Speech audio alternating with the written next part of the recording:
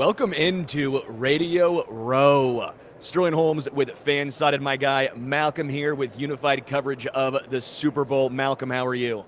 I'm awesome. Sterling, how are you today? Wonderful. I'm wonderful. This is just such an amazing experience. My first time covering a Super Bowl. Obviously, you have been here before. You're showing me the ropes here. We were here last night, and it was just such a magical experience getting to talk with all of the players. Man, you had a whole bunch of guys you talked to, from Christian McCaffrey, George Kittle, Bosa. Who was your favorite guy you talked to? Favorite guy I talked to, Sterling, had to be Christian McCaffrey. Favorite question? Favorite question I asked him was about favorite question was a movie question. If this season was a movie, who would play you? That was my favorite question I asked last night. What did he say? He said Chris Pratt. Some said Denzel Washington. Others said Robert Redford. So it was a hit last night. If you were getting cast in a movie, who would it be? I'd play Morgan Freeman. I love that. Love that. All right, again, we have a whole bunch coming your way all week long. Robbie Gould, former kicker of the 49ers. And the Bears and the Giants. Will be joining us at around 11 o'clock today. I'll be joined by Iain MacMillan for your normal Stacking the Box updates as well. But again, just some quick updates here. We did get to see the actual grass. It is covered right now. It was covered last night as the rain started to come down. They had the tarp over that. So what you saw on the field last night, what we were on, that was the turf field. So there's been a lot of talk on the X as far as what does the turf look like? What does the grass look like? Yeah. They say it looks bad. Well, that's the turf. They ain't playing on that. No, that's good. So what we saw on the outside, it did look pretty good. I will also point out, I know it's early in the week. It was Monday last night. A little closer from San Fran than it is from Kansas City to Las Vegas, but what would you say, 80% Niners fans? Yeah, 8% against Tennessee Niners fans last night. I mean, it was just a wild experience when you saw anytime George Kittle talked, anytime Brock Purdy or Kyle Shanahan talked, it was just the loudest round of applause for those guys. And then you heard Patrick Mahomes try and talk. Yeah. And I say try and talk because he was getting booed out. He was getting drowned out by the Niners fans. Yeah, he was getting drowned out by the Niners fans last night, and it was just opening night was just phenomenal last night. Like we said, it's just the first. It was just one night. It was just the first. It was the first day last night. So more to come this week, and looking forward to doing all the exciting interviews lined up throughout the week, and looking forward to it as well. Yeah, as far as when Mahomes was getting booed, I'm sitting here laughing going, do Niners fans know what they're doing? Do Niners fans understand that Patrick likes getting booed? It's petty Pat. I know you're a Niners guy over here. Wouldn't you be worried? You saw the look in his eyes. That was a look of, I'm about to drop a bomb on the Niners fan base right here. He's gonna drop, he's gonna drop some on the Niners faithful, and it's gonna be really interesting to see what game plan the Niners devise this week to try to slow down Patrick Mahomes, and I'm interested in seeing what happens with that. Yeah, as far as Kadarius Toney came out, there was some more information. He finally spoke about the whole ordeal in regards to his Instagram rant. Looks like he goes, that was about the Giants. Said it's getting taken out of context, and I'm sitting here laughing going, dog, that was on your own IG account. You did this. I'm a little confused by it, but he was speaking for the first time, obviously, since this entire ordeal. Any thoughts on Kadarius Toney here? I mean, Kadarius Toney knows what he's saying, but honestly, I mean, we'll see what happens on Sunday. It's gonna come, like I said, it's gonna come down to which team has the ball last, and which quarterback, will drive their team, with a game-winning drive. Yeah. So that's what I'm thinking. Before we bring on Ian, I want to give a huge shout-out to FanDuel. If you haven't downloaded the FanDuel app yet, you'll definitely want to take advantage of this offer before the big game. New users who sign up through our link must deposit $10 and place a first wager of $5 on any live bet. That first bet wins, you will receive $200 in bonus bets straight to your account. This offer is only available if you sign up through our link.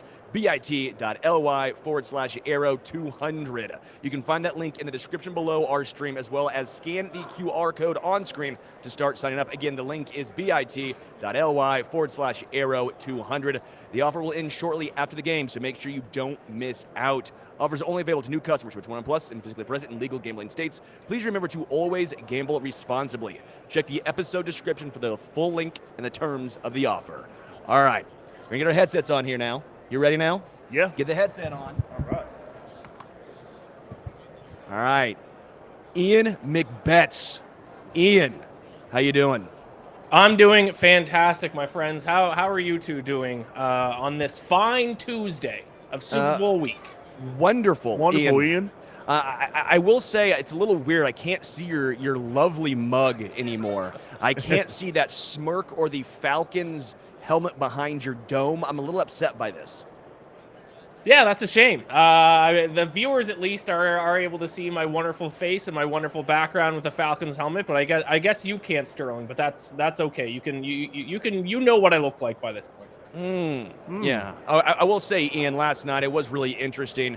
Again, a lot of Niners fans here. It was at least 75% Niners, 80% Niners fans. I would expect that to probably even out a little bit more. But it did feel like a road environment. 23,000 plus fans were packed into Allegiant last night. As far as them booing Patrick Mahomes, again, I know it's kind of a joke, petty pat, this, that, and the other, but at the same point, he does thrive on that underdog mentality.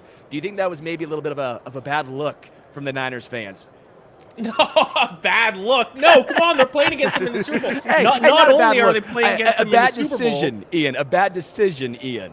Yeah, well, yeah, it was a bad decision, but you got to boom because don't forget, guys, that this is not only the team they're playing against in the Super Bowl. They're also the team that stole their last Super Bowl appearance from them, or at least stole the Lombardi Trophy out of their hands at a fourth quarter lead against the Chiefs just a few years ago in the Super Bowl. So no, I mean, it's not great to give the Chiefs the underdog mentality. I know Mahomes spoke this week about what it's like, kind of. Being the evil guy in the NFL now, but that's what happens. You can't avoid that if you win the Super Bowl almost every single year. I have become a Chiefs hater because they win the Super Bowl almost every single year. It's just part of the gig. There's no way to avoid it. There's no way you can be the good guy that wins the Super Bowl every single year. We just want to see some new faces.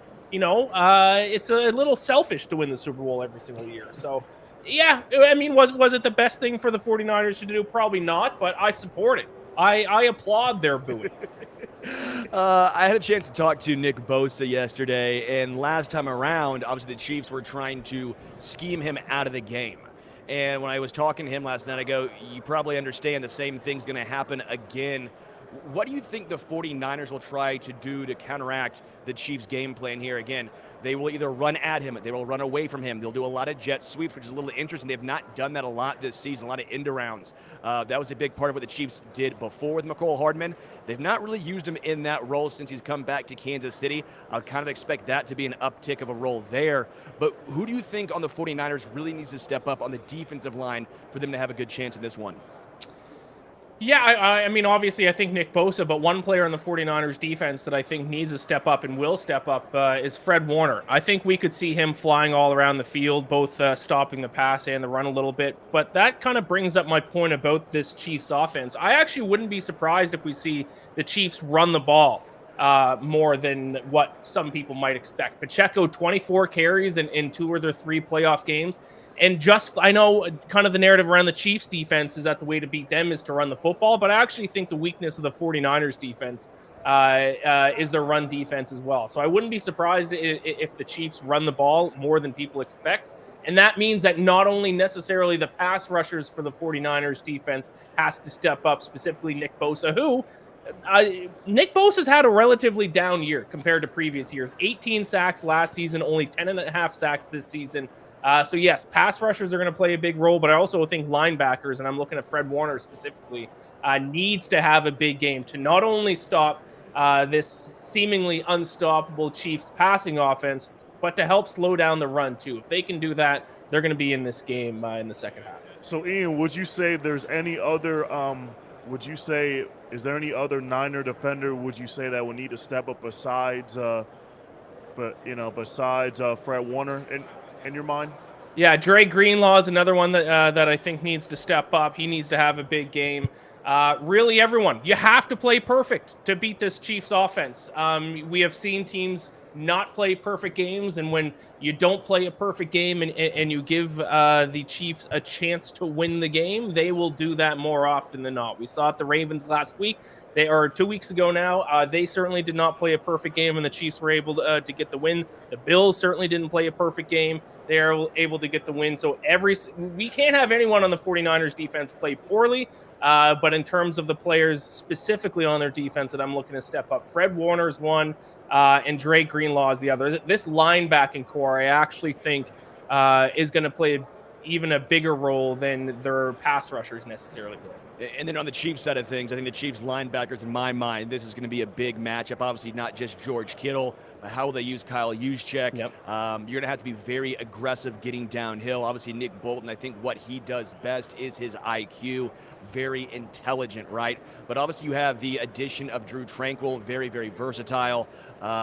They've been using him, Spagnuolo, in all different roles. Leo Chenal starting to get more involved. You know, talking with him last night, he was enjoying at times being used as a edge rusher, right? Get a little more quickness on the defensive line there on the outside. And then obviously you have Willie Gay Jr. as well. He should be back with that neck injury. As far as the biggest matchup for me, it's going to be Chiefs linebackers against San Fran, George Kittle, Christian McCaffrey. What do they do? How do they try and stop Christian McCaffrey, not just on the ground, but through the air? Is that a matchup you're looking at as well? Yeah, for sure. I think if the 49ers do win the Super Bowl, I think the MVP of the game is going to be Christian McCaffrey. A running back hasn't won MVP, Super Bowl MVP since I believe it was 98. Terrell Davis with the Broncos, the last time Super Bowl MVP was a running back. I think that could change this weekend because, like everyone says, I don't think it's going to come as a surprise to anyone now. The way to beat the Chiefs defense, their one weakness on the entire team might be their run defense, and now they have to go up against one of the most effective rushing attacks in the NFL, which is obviously led by Christian McCaffrey. And as you mentioned, they have more than one way to get the ball in Christian McCaffrey's hand. They can hand it off to him. They can utilize him in the passing game, both short dump offs and send him down the field a little bit. So yeah, I think that's going to be huge. And George Kittle is another one, as you mentioned, Sterling. I think that's he's going to play a huge role in this game.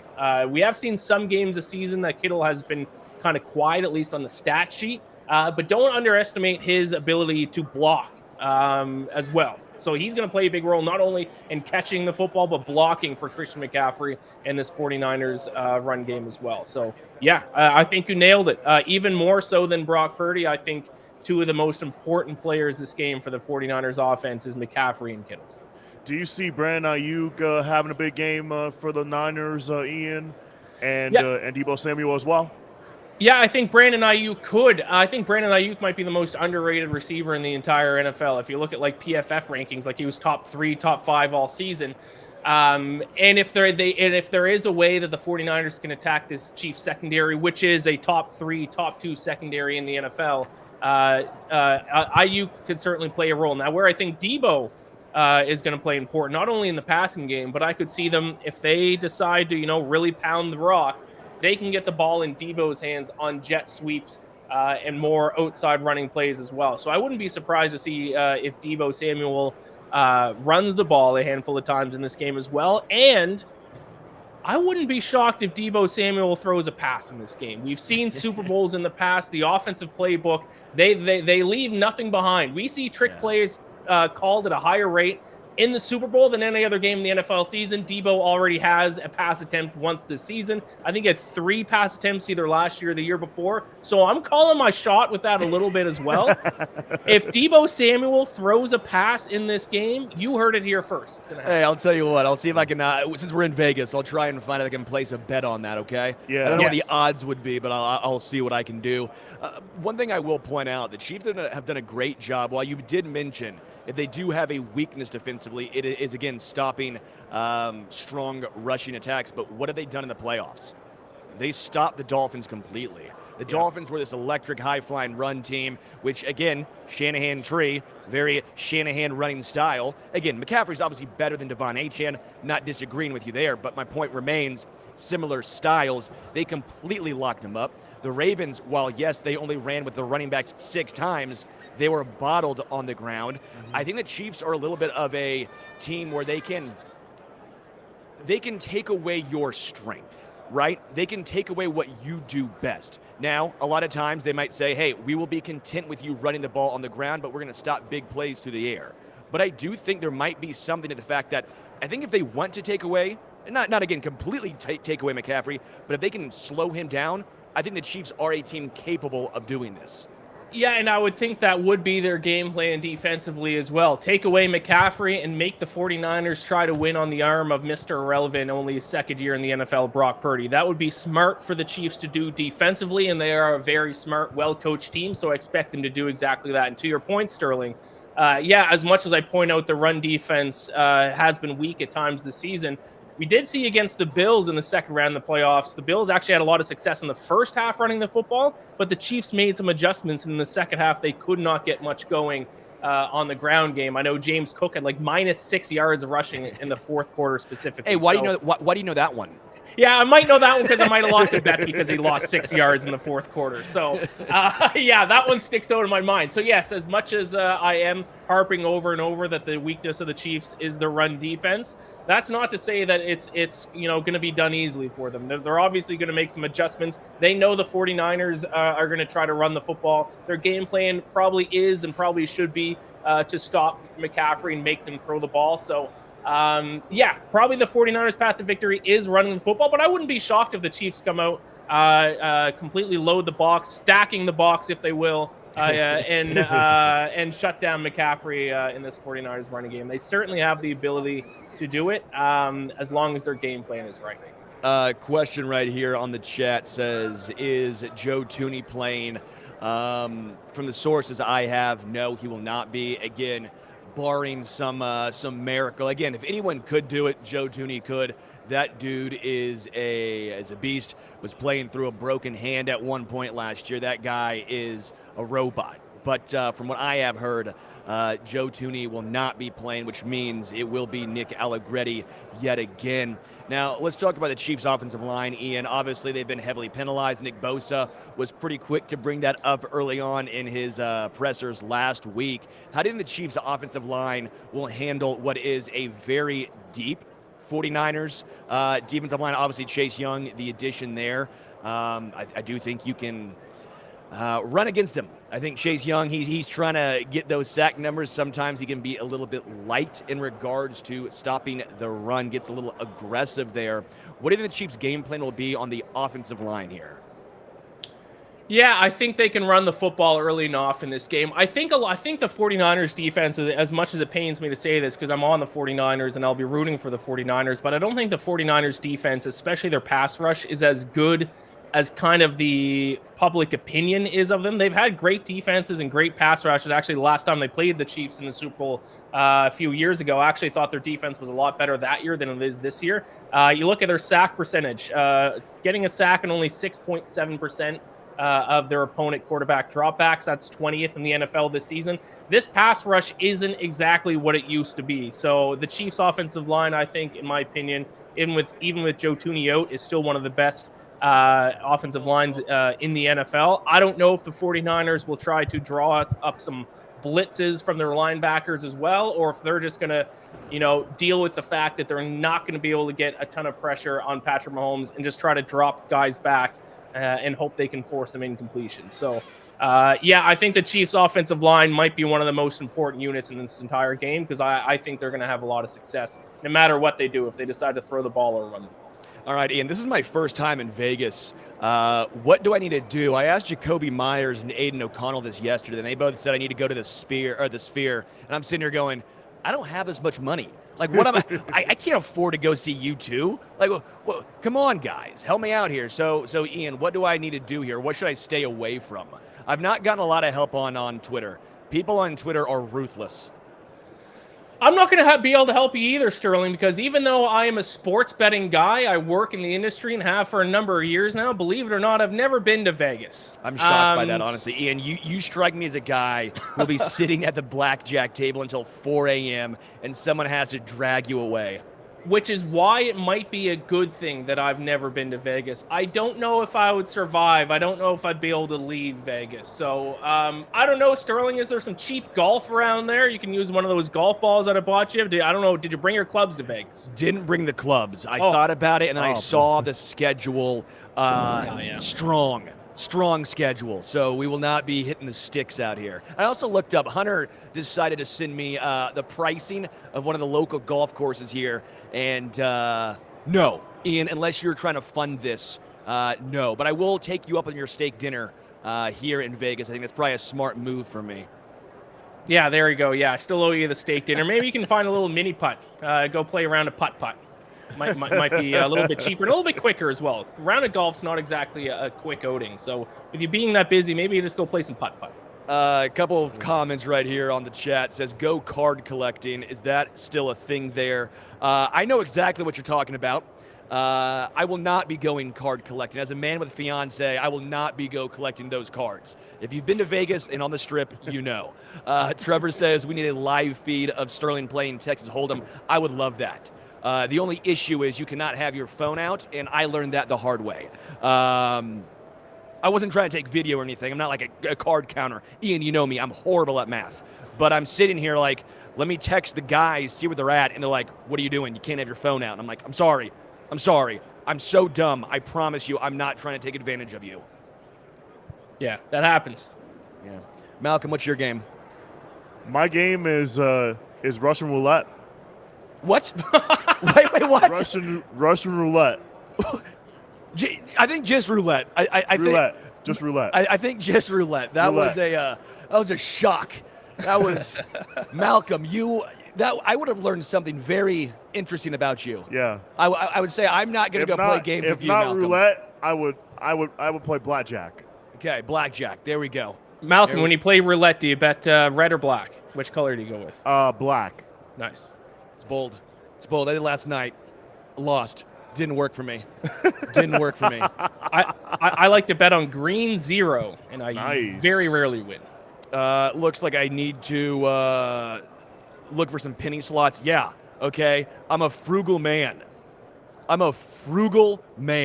do need to look for the penny slots. Top Golf. I would say that, Brandon, appreciate that, but I do Top Golf in KC all the time. There's one by my house. Love Top Golf. Malcom, you are popping off on the comments right now for that original thought right there. Yeah. So way to get the people going. Awesome. All right, going back to the Niners-Chiefs Super Bowl matchup here. Special teams have been a interesting advantage for the Kansas City Chiefs all season long. You know, Harrison Butker has been one of, if not the best kickers in the NFL. Obviously, against the Bills, they were having their struggles. You know, Justin Tucker, as great as he's been, had a little bit of a down year. How do you think special teams makes an impact in this game? Obviously, Jake Moody just missed a kick in the postseason. We'll be talking with Robbie Gould in about 15 or so minutes, get his thoughts as well. But how do you think special teams plays an impact in this one? Yeah, I think it's going to play a big impact, especially because one other thing that we haven't talked about the Chiefs in terms of an area that's been a bit weak for them now. They have been strong in this area in the postseason for the most part, but they've struggled a bit in the red zone offensively. I think only 19th in red zone touchdown scoring percentage. So Harrison Butker could have a big game, especially if they can't convert those red zone trips to touchdowns. That is actually one of the bets I have for this week is Butker over 7.5 kicking points. 2 field goals, 2 extra points, and that's a winner. 3 field goals, that's a winner. So yes, that is going to play a big role for the Chiefs if they can't find the end zone when they get down to the 49ers red zone. And it's going to be huge for the 49ers as well, because I don't know if they necessarily trust their kicker, which might force them to go for it on 4th down if they're in kind of that weird range of the field where it's either like a long 50-plus yard field goal or they have to, try to go for it on 4th and 2. I think they're going to decide and opt to go for it on 4th and short. So much like the NFC Championship game between the 49ers and the Lions, converting 4th down opportunities when teams decide to go for it on both sides of the ball is going to be big, I think, in this Super Bowl. So really quickly, when you said yep. go for it on 4th and 2, do you think the Chiefs, you mean, are going to be more aggressive than they have been in the regular season, or you mean go for it as far as go out with Butker there? I think the 49ers are going to be aggressive because they don't necessarily trust their kicker. But I wouldn't be surprised if the Chiefs are more aggressive in that area as well. I know the question was mainly about special teams, and Butker, I think, could have a huge game. I see Sean Browning's comment in the chat, Butker MVP. I love it. What do you think the odds are there? What do you think the odds of Butker MVP? Big. 100 to 1? Oh, man. Did Adam Vinatieri ever get it? Like, I'm trying to think if a kicker's ever won Super Bowl MVP. I would assume no. Like, that seems like an asinine question to even ask, but then I'm thinking of, like, would Vinatieri have done it at some point in the snow? I doubt a kicker's won MVP in a Super Bowl there, Sterling. I doubt it. I have just looked it up. A kicker has not won MVP. So they're due is what you're saying. They're due. Yes, but let me ask this question for you guys, since we're on the topic of Super Bowl MVP, if I may. A couple linebackers have won it twice in the past, I think 13 Super Bowls. If the two of you could pick a defensive player that could win Super Bowl MVP, what player would you name? You go first, Malcolm. For me, it would have to be Fred Warner for the Niners. Yep, I agree with that. Yeah, I think Fred Warner for the Niners is probably the safer bet. Trying to think. I love Travarius Ward, but, you know, I don't think he's going to be I'm glad he got All-Pro, but I don't think it'd be a cornerback. I'd probably go, L'Jarius Sneed, cornerback for the Chiefs. Like I don't think a quarterback for the Niners, but I do think a quarterback for the Chiefs could be the guy. L'Jarius Sneed, whether he is traveling with Brandon Ayuk, Deebo Samuel, getting sent on a blitz, Spagnuolo is going to use him as a chess piece. If he ended up with a sack, 10 tackles, and an interception, that has to get it done. And if you can pick one guy to do it on the Chiefs, it probably would be him. Chris Jones? Chris Jones, the other guy, I don't think it'd be a linebacker. It's funny. Like, I think if it's on the Niners, I think you're looking at a linebacker getting the nod. I think if you're looking at Kansas City, you're probably looking at a secondary member getting the nod. Chris Jones, I think, has a chance. I talked to Aaron Banks yesterday, obviously offensive guard for the 49ers, and what it's going to be like going up against him. I also brought up the fact that Spagnuolo brings a lot of exotic blitzes, and what's that do for an offensive lineman? Just a lot of added pressure on him. I don't know how many one-on-ones Chris Jones is going to get. The same reason why I don't think Nick Bosa is going to get Super Bowl MVP. The same reason I don't think Chris Jones is going to win Super Bowl MVP. They're going to try and take him out of the game. They will not allow one-on-one opportunities. So for me, again, I think I'm going L'Jarius. All right, I like it. Sean also asked in the chat, Kelsey MVP as a tight end never won MVP. A tight end has never won Super Bowl MVP. So if it's ever going to happen, could be this game as well. Two pretty good candidates in George Kittle and Travis Kelce. Yeah, absolutely, Ian. What bets do you have this week? You're the betting guy. Iain MacBets. You literally have it in your handle, even though you've never been to Vegas. So I'm kind of questioning your pedigree here. And even though I had to get some golf balls from you, I still trust you. I still trust you here, Ian. What bets do you got rocking? I got a ton. There's a couple. One I already mentioned, Harrison Butker over 7.5 kicking points. Another one that's kind of related to something we were talking about. Nick Bosa. Actually, am betting on him to not record a sack. Like I mentioned earlier, a little bit of a down year for Nick Bosa this season. Only 10.5 sacks in 17 regular season games. Chiefs have one of the best offensive lines in football. Mahomes only gets taken down 1.5 times per game. So I got Nick Bosa to not record a sack.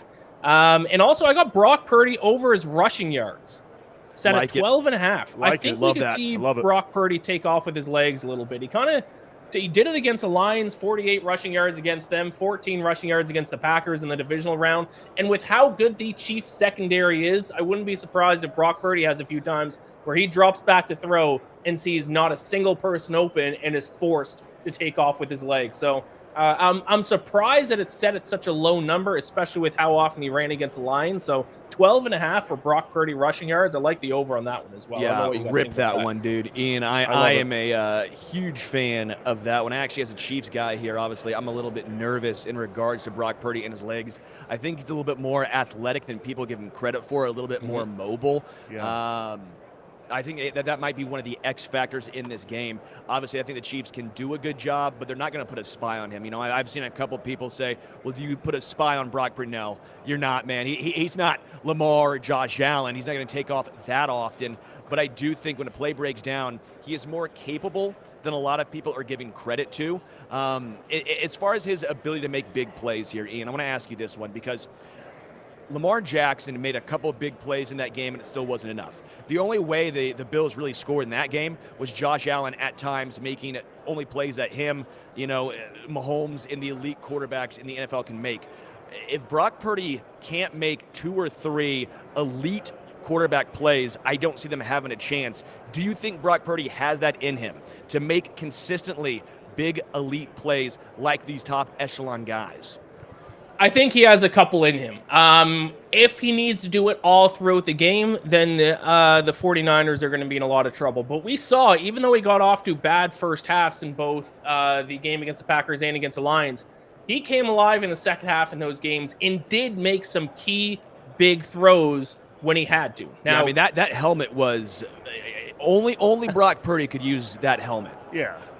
No, you can't. A Chiefs fan can't say that. The amount of plays that have gone the Chiefs' way over these past few years, yeah, okay. It was a lucky bounce off the helmet, but he still made some other big throws in both of those games, late in the game, too, when the pressure was on. So what I would say is, yes, I think he can make a couple of those throws, but he needs to specifically avoid the terrible starts that he's played now 2 weeks in a row. He's been bad in the first half. And if he gets off to a bad start in the first half against the Chiefs, whether that's an interception or just some missed wide open throws, he's not going to be able to make a second half comeback like he did against the Packers and Lions. If he starts off slow again this Sunday, game over. Chiefs are back-to-back champs. All right, before I let you go here, because we will be bringing on Robbie Gould in just a few moments. Score prediction. Do you have one yet? I know it's Tuesday, but this is when we always make our score predictions. Who do you have winning, and what is it? My score prediction is 49ers 24, Chiefs 20. Why are you a hater? Like, why? I asked Will Compton this last night. I said, why are you a Chiefs hater? And he goes, because it's so dang easy to rile you guys up. And I thought that was pretty funny. So is this your actual thought? Like, are you putting money on this? Or is this one where you go, you know what, I've been a heel all year long on Stacking the Box. I got to stick with it.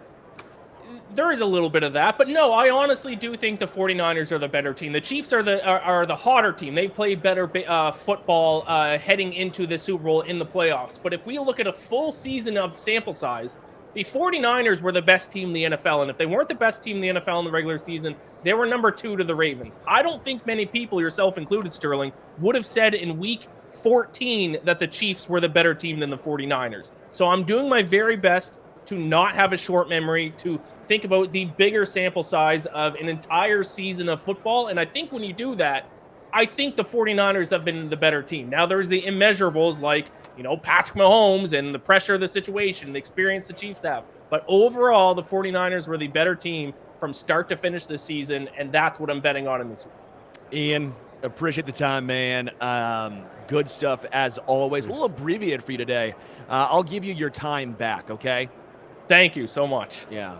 All right. Ian, appreciate it, man. We'll be in touch. All right. Care, Malcom.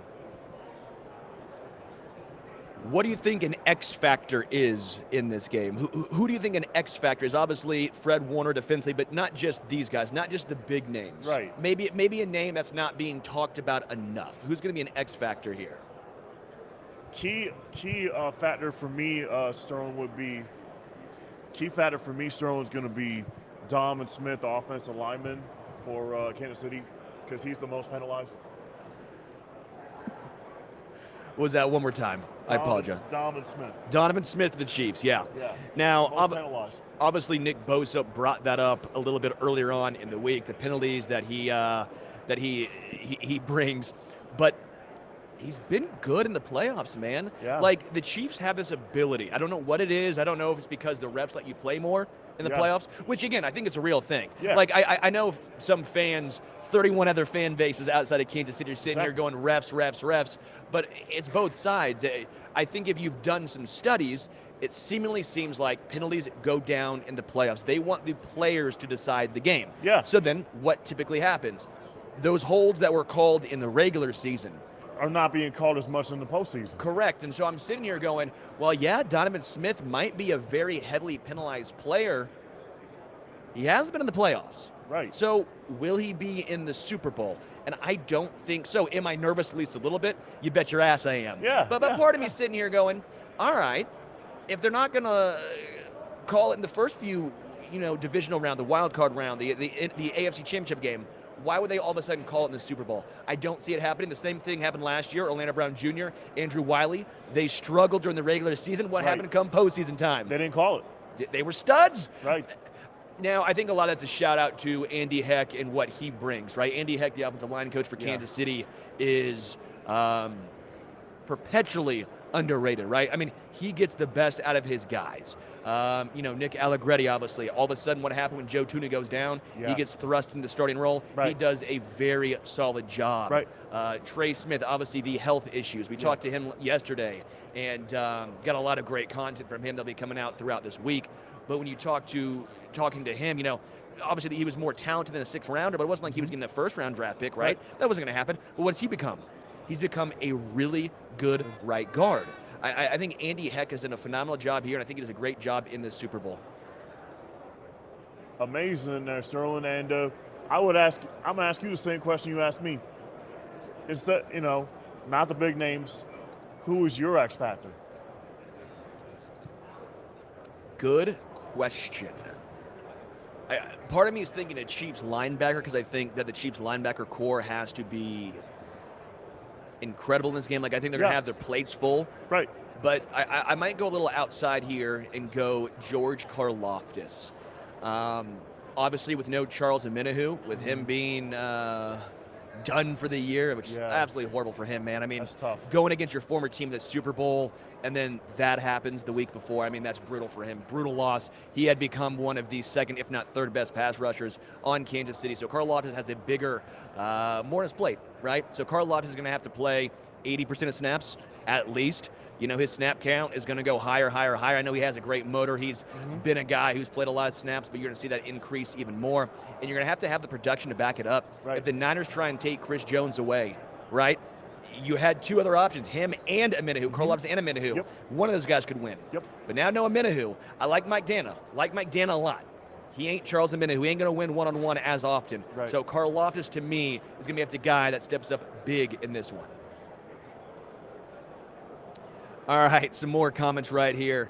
Typical line of scrimmage penalties go down in the playoffs. Look for game-changing DPI. Depends upon some parents.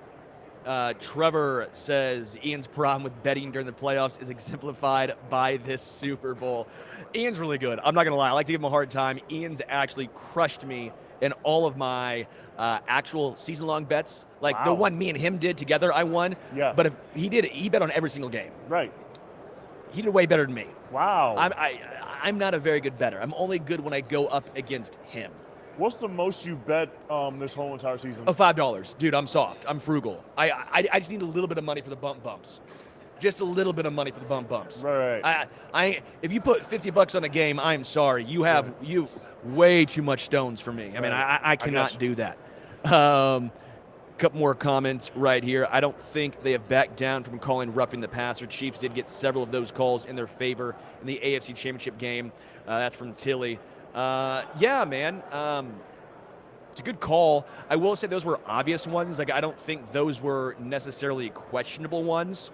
Mahomes, I believe, only had one roughing the passer call during the regular season. So the whole, you can't touch him, that narrative is a little bit, well, it's false. Quite frankly, it's false.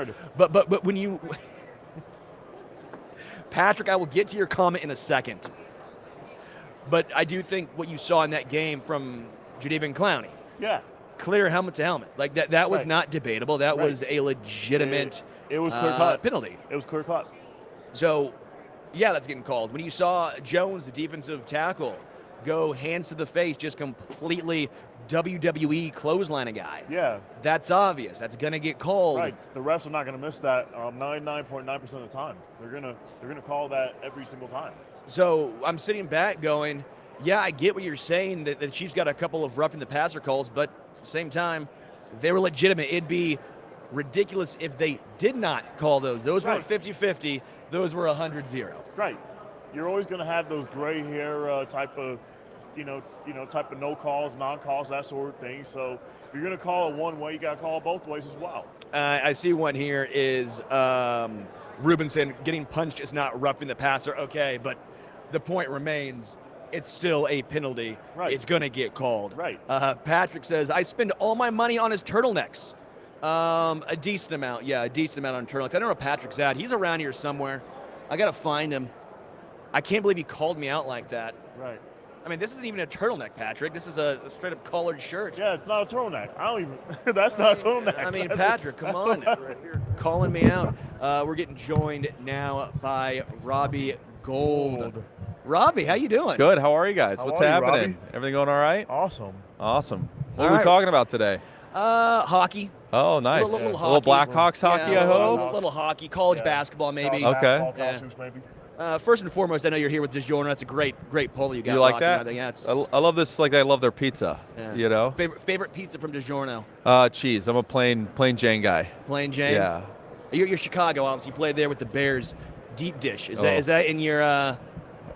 Yeah, I love deep dish. You know, I'm a New York style pizza guy. I like to be able to fold it like a taco. I Nice. grew up on the East Coast, so I get the best of both worlds.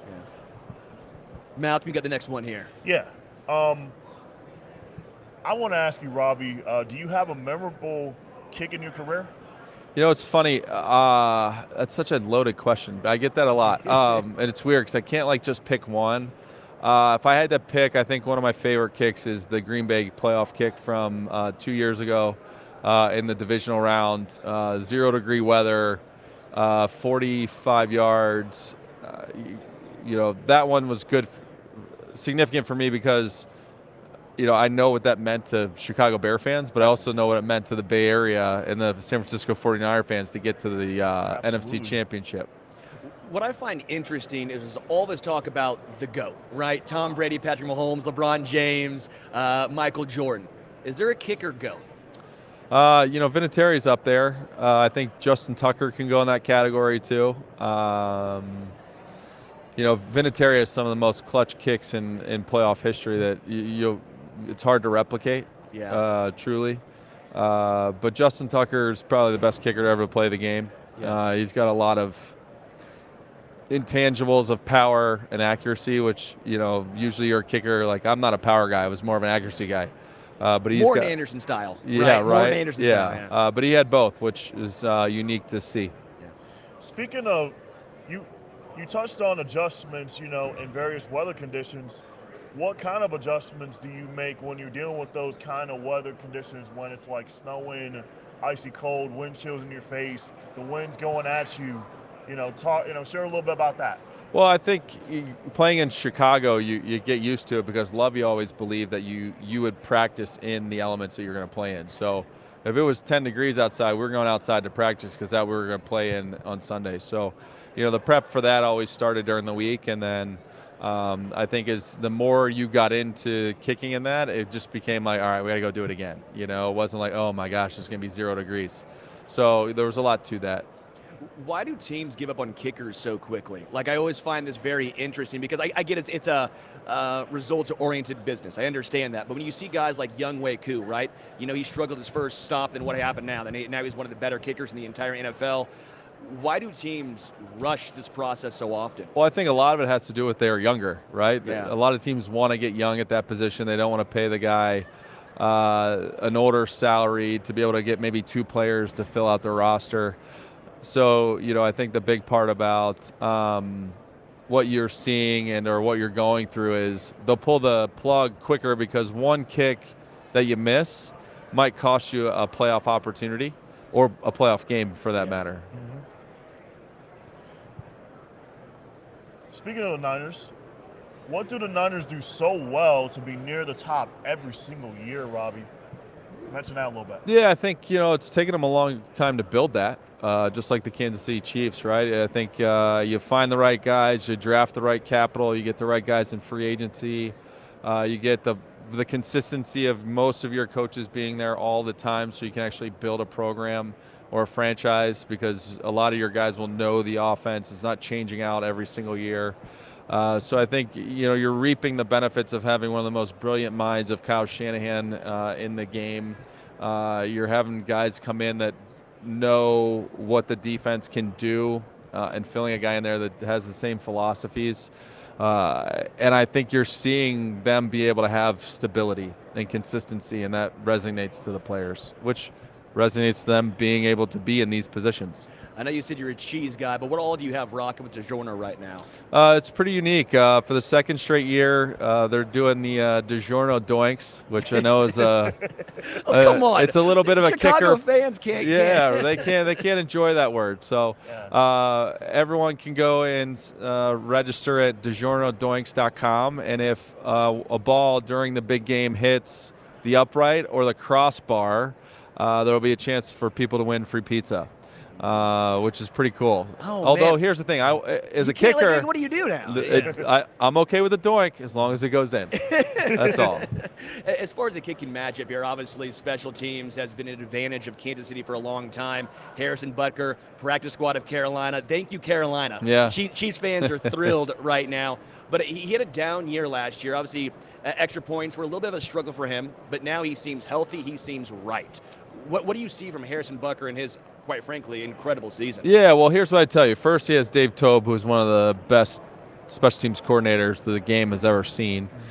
Second, he was injured, trying to play through injury, and it's hard to find a rhythm when that happens. Also, listen, they're scoring 100 touchdowns a year. He's gonna miss. Yeah. Like, it's not like he's kicking 20 and he missed 3 of them. I was like, oh my gosh, what's going on with this guy? So, I think if you look at how talented he has become at a very difficult place to kick, like Arrowhead Stadium, what he's been able to accomplish, multiple Pro Bowl considerations, that's not an easy place to do it in. So, I have a lot of respect for what he's been able to accomplish as an athlete. And, I think the unique part is everyone's like, oh, he missed. Well, yeah, if you get 150 tries a year with Patrick Mahomes, I'll still take his miss one or two. Yeah, I'll still take that percentage. You may miss two. You may miss two. One or two. And speaking of the Bears, you played for Chicago. What do the Bears need to do to mimic the Niners' recent success in your mind? I think a lot of it is, if you see what they've been doing, there's a lot of turnover. Every 2 or 3 years, it's a new head coach, which brings new people, which brings a new general manager, which brings in a new philosophy. And, I think now you're starting to see them grow as a team. Eberflus is going to be in his 3rd year with Ryan Poles. You're seeing, and really San Francisco, if you look at the San Francisco model, we made the Super Bowl in year 3. So it took 3 years to build that team. And I think the same thing's going on in Chicago. So as long as they can find consistency with the coach and their staff, if they can find consistency in how their processes work and build off of it, they're going to have more wins. 2 years ago, they were basically getting rid of guys to have money in free agency, and I don't want to say tanking. Yeah. But putting themselves in a position to be able to get some really talented players higher in the draft or in free agency. How hard is it for a kicker? Let's just say the Detroit Lions, who are very aggressive, right? Let's just say you probably think it's a 42-yarder, it's 4th and 4. You're going out there. The next thing you know, offense is getting sent back out. How hard is that mentally for a kicker? Do you take it personally at all if that were to happen? Or I don't really take it personally. I know it's not you, but obviously but in general, there's times where you go for it on 4th down. Listen, there's so many analytics, there's so many pieces to this puzzle that the game where, maybe a coach liked a 4th down play at a certain distance and he knew it at that green zone he was going to go for it. So to me, I think it's a product of what's the score of the game, where are you at, what's happening. To me, Dan Campbell should have kicked both of those field goals. Sure. Even if you miss them, there's a little bit of a different vibe when a kicker misses it versus the offense not making it, right? Sure. So I think, had they kicked one of the two, Detroit probably is sitting here enjoying Super Bowl week instead of doing what I'm doing with you guys and enjoying it from the couch. I got one additional question for you, Robbie, and it would be, what advice would you give Jake Moody after his postseason misses of late? Yeah, I think just go out and enjoy the moment. Be in the now. Don't worry about what happened in the past because you can't fix it. And like I said, he's been in big-time moments before with Michigan in the college football semifinals. So I know he'll be able to bounce back, and I think he'll be able to have a really nice game on Sunday. In regards to dome versus obviously outside, who does that give the advantage to? Again, Harrison Butker, I think, is one of the best kickers in football.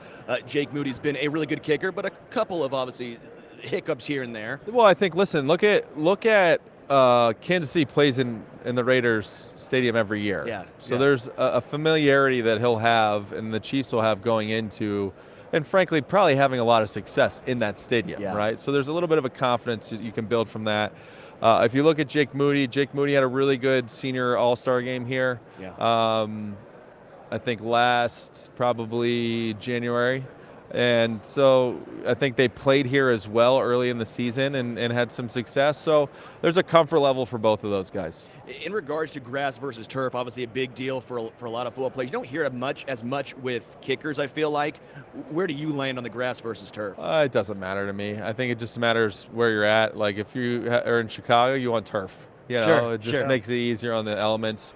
I think one of the things to watch out for on Sunday is going to be, this field is going to be very similar to what the Arizona Super Bowl was because it grows in a desert. It's the same kind of concept of rolling out on trays. So, I think the defensive line is going to play a big part in who's going to have or become the Super Bowl champ. And you saw last year 2 defensive lines who were really good get slowed down by the turf. To me, I think that the biggest game changers that could happen on Sunday is going to be predicated on two defensive lines. Robbie, really appreciate it. Before I let you go, okay, one last time, DiGiorno, tell us about the doinks. Go to DiGiornoDoinks.com, and let's hope they hit the upright and go in and win some free pizza. Robbie Gould, really appreciate it. Thanks, guys. Thanks appreciate it. for your time, Robbie. Appreciate it. Solid. We'll be joined in just a few moments by Gracie Hunt. She'll be up next, the daughter of Clark Hunt, the owner of the Kansas City Chiefs. Man, Robbie's awesome. He was phenomenal to talk to today. I found it interesting when he said it doesn't matter as much in regards to whether it's grass versus turf. Right. Because I've talked to a few kickers, and they mostly prefer grass. I did notice something a little interesting in regards to Harrison Butker earlier this year. Yeah. On the miss in New England, that's that synthetic. It's a little bit of a combo, right? And so when you have that combo, he missed there, and that made me a little bit nervous. But again, here in Las Vegas, while it is the grass he got injured on, in Arizona, it's at least grass, and he's been nails on grass. I loved what he said, as well, starting that it doesn't really matter, the kicking conditions where he kicks them. He wants to just, knock it through the upright, and just do it when it matters most. Yeah. Again, we'll be joined by Gracie Hunt in just a moment.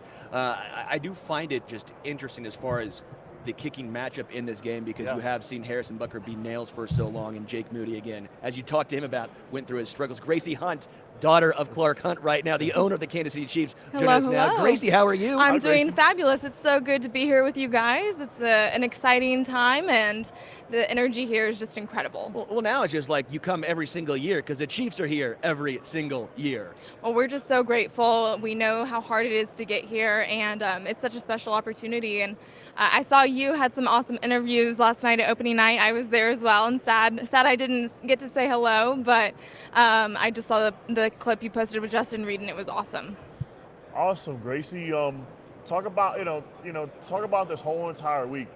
What has this week been for you so far? I know it's only Tuesday, but I know as the week progresses, what are you looking forward to the most? I got in yesterday and went straight from the tarmac to opening night, so I was off and running pretty quickly, and then this morning we're obviously here at Radio Row for a few hours, and then come Thursday is when all of the real crazy action starts. We've got NFL honors, the after parties, commissioner's party, and the whole rest of it, and then Super Bowl Sunday, so it's going to be a whirlwind, but we're just so excited for it. What's your favorite part of the week?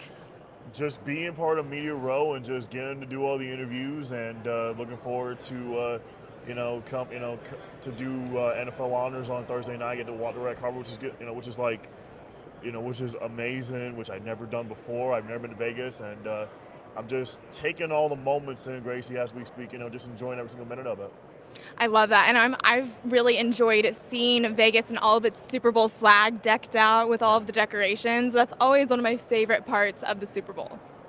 I know for you and your dad, how fun is it seeing the Chiefs logo on the Raiders Stadium?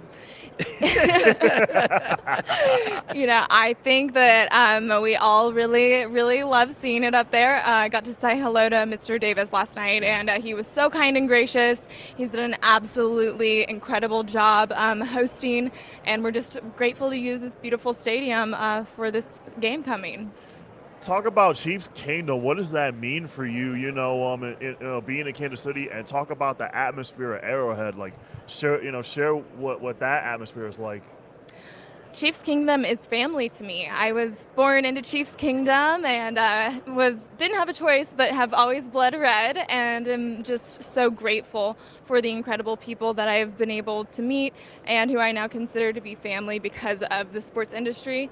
And I just can't express how much we don't take for granted the opportunity to be here, and the atmosphere at Arrowhead is incredible, and you'll have to come check it out sometime if you've not been. It's pretty special. It's never been. A lot of incredible barbecue, so much fun in this I've huge never tailgate. been to Arrowhead. All right, well, we're going to have to change that for sure. But this year, it was a different playoff run than what we've had because we were the underdog playing away at really difficult stadiums, and had to overcome beating the Bills, had to overcome beating the Ravens, and crowds that were really dominant by those opposing teams. And so to do that on the road and then to get to be here is just so special. 4 Super Bowls in 5 years, just the appearances at least right here. This is an owner and an owner's family's dream right here. Did you ever expect this? I mean, even this year, halfway through the season, we're sitting here going, well, I guess you can't be there every single year. Did you ever lose the faith? I would say that I always bet on red, and is that true here and too? I've never bet against Coach Reed and Patrick Mahomes. Talk about the relationship with Coach Reed and Coach Spags. What has that relationship been for the Chiefs? They're incredible at what they do, some of the best in the industry, and we're just so grateful to have them leading our team. In regards to Brett Veach, I mean, Brett Veach has created one of the best teams top down, because everyone always talks about Mahomes and Kelsey and Chris Jones, but I think the biggest storyline is honestly the depth of Kansas City. The free agent signings of Mike Edwards, Drew Tranquill, Charles Omenihu, which again, it's horrible for him that he's out this game, but again, then you have guys like Mike Dana who has the ability to step up in this one. What have you seen from Brett Veach building this team? All props and credit to Brett Veach. He is incredible at what he does, and I'm really inspired and amazed by my dad and how he has set the tone and led the Chiefs organization and the people that he has hired and the culture he's created. And I think that just speaks for itself in all departments, from the football side to the business side with Mark Donovan. They are just really incredible at what they do. Yeah. I'm not just trying to hype you up because you're here, but it truthfully feels like the situation where all these players who are former Chiefs players, they come back and stay in Kansas City. They always talk about how well they were treated by the Chiefs organization. What does that mean for you and the family? Because again, it'll be guys who have played 2 years for the Chiefs. They may have played 12 years somewhere else, but they come back to Kansas City because of Chiefs Kingdom, the fans, and the organization. What does that mean for you guys? Kansas City has the kindest, most wonderful people, I would argue, in all of the country. And I have family there. And I would just say that Chiefs Kingdom and the Chiefs organization really goes beyond the football field. And we really just become family. We always say football is family. It's one of our slogans. And I think that's why players come back and establish roots and want to be involved long beyond their playing years. what is the when you say Chiefs family, what does that truly mean for you, as an owner of the team, and Chiefs Kingdom, like, just share a little bit about that. I would just say I'm arguably Chiefs Kingdom's #1 fan. I'm just very blessed to get to grow up watching my dad lead and run the organization, and how he's created a championship culture, and how he leads with integrity. So all credit goes to him, and I'm just so grateful that this has been a part of my experience growing up. Obviously, we're here unified with FanSided and Special Olympics here. What does Special Olympics mean to you? It means so much. Special Olympics is definitely a part of my identity and why I am the way I am, because when I was in high school, I became involved as a partner player on a unified Special Olympics soccer team. And that experience just changed my life, because I didn't have experience working on a unified team or with people who had disabilities before. And it just showed me that the only disability in life is a bad attitude. And you can achieve anything you set your mind to if you work like you're in charge and pray like God's in charge. Gracie Hunt, really appreciate it. Thank you so much for your time. Thanks so much, Gracie, for your time. Thank you so much for having me. It was a pleasure. Thank you. Go Chiefs. Go Chiefs. Thanks. That was Gracie Hunt, daughter of Clark Hunt, right here. Again, we are here at Radio Row for the Super Bowl. Malcom, that was a lot of fun, man. It was a lot of fun, Sterling.